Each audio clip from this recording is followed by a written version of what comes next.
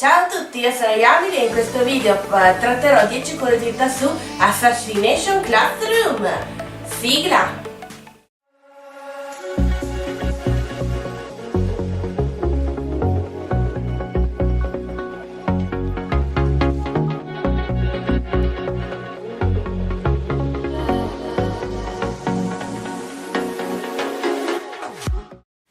Prima di cominciare vi ricordo che in questo video è presente spoiler sulla serie e sul manga, perciò se non l'avete visto vi ricordo di andare a vederlo o di leggerlo e poi tornare qua. Ma prima, domanda del giorno: vi piace questa serie? Se sì, qual è il vostro personaggio preferito? Questa serie l'ho recuperata da poco, sempre tramite Netflix. L'ho trovata molto carina, anche se come sviluppo all'inizio è particolarmente noiosa, sinceramente. Poi nel giro, verso la fine della prima stagione e inizio della seconda, la trama si fa più interessante e perciò non è malvagia.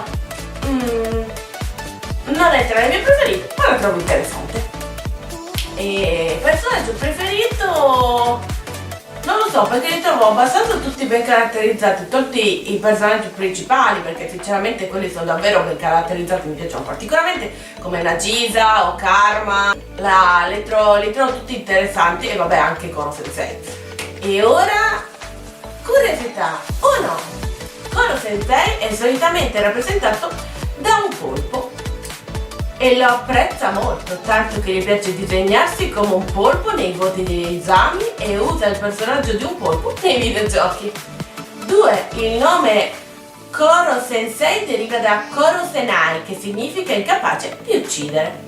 Beh, questa è una parola molto random. 3. Koro Sensei non ha mai saputo il suo nome in nascita né i suoi genitori. 4. Nagisa è solitamente rappresentato da un serpente, data la sua capacità di nascondersi nella sua sete di sangue e colpire nel momento meno atteso. Nel capitolo 147 questo viene portato a un livello superiore, dove invece di essere semplicemente rappresentato da un serpente è rappresentato dalla prospettiva di Karma, da una versione di se stesso che assomiglia a un gorgone, perché i serpenti sono fondamentalmente coinvolti nel loro aspetto. 5. Nagisa è uno dei pochi personaggi all'interno della serie cui vi si riferisce per nome. Quasi tutti gli altri personaggi vengono chiamati con cognome. Secondo Koro Sensei, nel suo colloquio col padre di Nagisa, è perché lui ha chiesto a tutti di chiamarlo col suo nome di battesimo, in modo da poter tornare al suo cognome se i suoi genitori si fossero rimessi insieme. Prima di continuare vi ricordo di lasciare un bel like a questo video, seguirmi se non lo siete già iscrivendovi sul mio canale, e che nel canale c'è già una playlist con altre curiosità di anime, manga, cosplay e altro ancora. E ora andiamo avanti. 6. Il cibo preferito di Kayano è il budino e ha dimostrato di conoscerlo molto bene quando ha creato quel budino gigante in un episodio estremo. 7.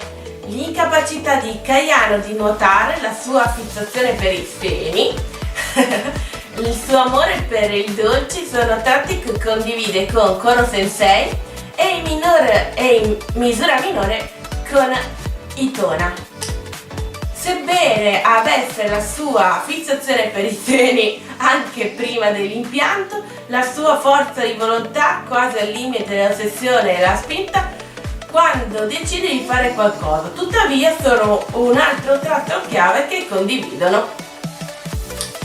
8. Nonostante sia piuttosto pigro, Itona ha dichiarato che Karma era probabilmente il più forte della classe, nonostante non eccellesse in nessuna delle pratiche, neanche sia col coltello ma neanche col tiro. Molto probabilmente questo significa che Karma preferisce attenersi a trucchi e scherzi per gli assassini, piuttosto che andare in combattimento tutto campo. 9.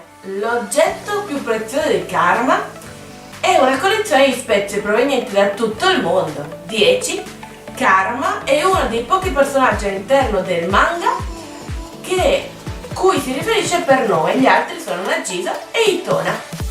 Spero che queste curiosità vi siano piaciute, se è così vi ricordo di seguirmi e alla prossima, bye bye!